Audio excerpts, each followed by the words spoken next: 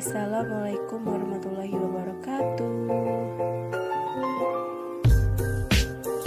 Halo guys, welcome to my YouTube channel. Baiklah, video ini dibuat untuk memenuhi tugas ujian akhir semester tahun ajaran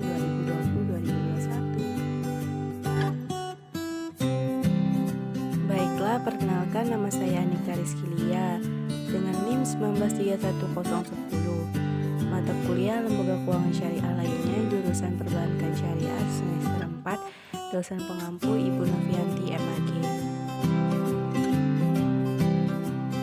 Baiklah, di sini saya akan menjelaskan tentang pegadaian syariah.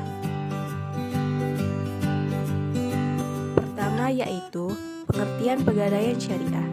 Pegadaian syariah atau RAN adalah menahan barang jaminan pemilik, baik yang bersifat materi atau manfaat tertentu, sebagai jaminan atas pinjaman yang diterimanya.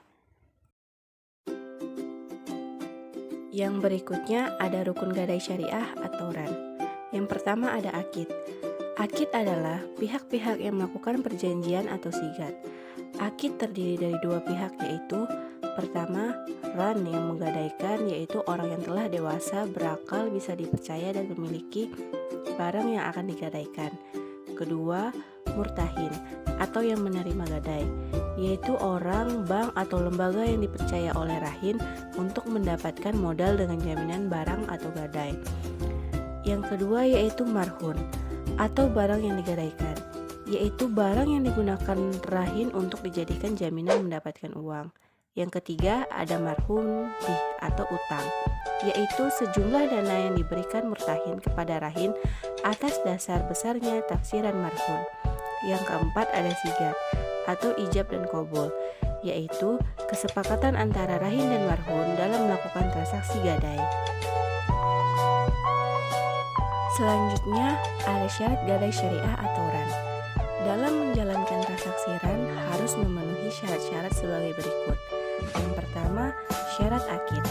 Baik rahin dan murtahin adalah harus ahli tabaru, yaitu orang yang berakal, tidak boleh anak kecil, gila, bodoh, dan orang yang terpaksa, seperti tidak boleh seorang wali.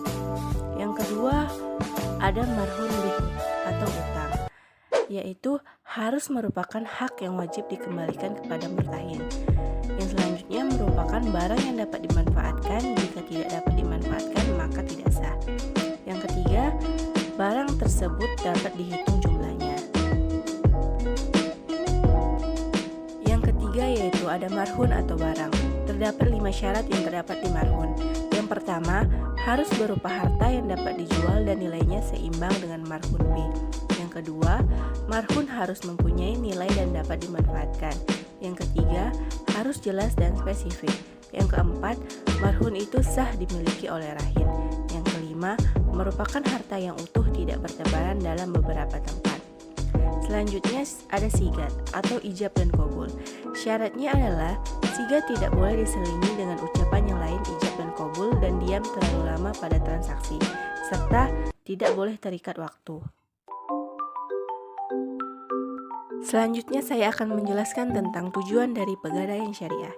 Sifat usaha pegadaian pada prinsipnya menyediakan pelayanan bagi kemanfaatan masyarakat umum dan sekaligus memupuk keuntungan berdasarkan prinsip pengelolaan yang baik.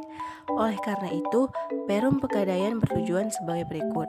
Yang pertama, turut melaksanakan dan menunjang pelaksanaan kebijaksanaan dan program pemerintah di bidang ekonomi dan pembangunan nasional pada umumnya melalui penyaluran uang, pembiayaan atau pinjaman atas dasar hukum gadai. Yang kedua, pencegahan praktik ijon atau pegadaian gelap dan pinjaman tidak wajar lainnya. Yang ketiga, pemanfaatan gadai bebas bunga pada gadai syariah memiliki efek jaring pengaman sosial karena masyarakat yang butuh dana mendesak tidak lagi dijerat pinjaman atau pembiayaan berbasis bunga. Yang keempat, ada membantu orang-orang yang membutuhkan pinjaman dengan syarat yang mudah. Selanjutnya, apa saja produk dan jasa pegadaian syariah? Untuk memperoleh manfaat dari pegadaian syariah ini, Anda dapat menggunakan beberapa produk pegadaian syariah, yaitu RAN, Arum, produk logam mulia, dan produk amanah. Selanjutnya, operasional dalam pegadaian syariah. Salah satu bentuk jasa pelayanan lembaga keuangan yang menjadi kebutuhan masyarakat adalah pembiayaan dengan menggadaikan barang sebagai jaminan. Landasan akad yang digunakan dalam operasional perusahaan dalam pegadaian syariah adalah RAN. Berlakunya RAN adalah bersifat mengikuti tabiah terhadap akad tertentu yang dijalankan secara tidak tunai atau dain sebagai jaminan untuk mendapatkan kepercayaan. Selanjutnya ada manfaat dari pegadaian syariah, yaitu barang kesayangan tidak akan hilang. Kedua, lebih cepat mendapatkan uang. Ketiga, kepemilikan barang tidak akan berpindah tangan. Keempat, menghindari kredit dan sewa modal. Yang terakhir yaitu solusi mendapatkan dana dadakan dalam jumlah besar. Selanjutnya terdapat ketentuan umum dalam pelaksanaan ar-ron dalam Islam. Yang pertama ada kedudukan barang gadai. Yang kedua, pemanfaatan barang gadai. Yang ketiga, resiko atas kerusakan barang gadai. Yang keempat, pemeliharaan barang gadai. Yang kelima, kategori barang gadai. Yang keenam, pembelajaran atau pelunasan utang gadai. Yang ketujuh, prosedur pelelangan gadai. Selanjutnya terdapat 4 cara berakhirnya akad ron. Yang pertama, barang telah diserahkan kembali kepada pemiliknya. Yang kedua, rohin membayar hutangnya. Yang ketiga, dijual dengan perintah hakim atas perintah rohin. Yang keempat, pembebasan hutang dengan cara apapun meskipun tidak ada persetujuan dari pihak rohin.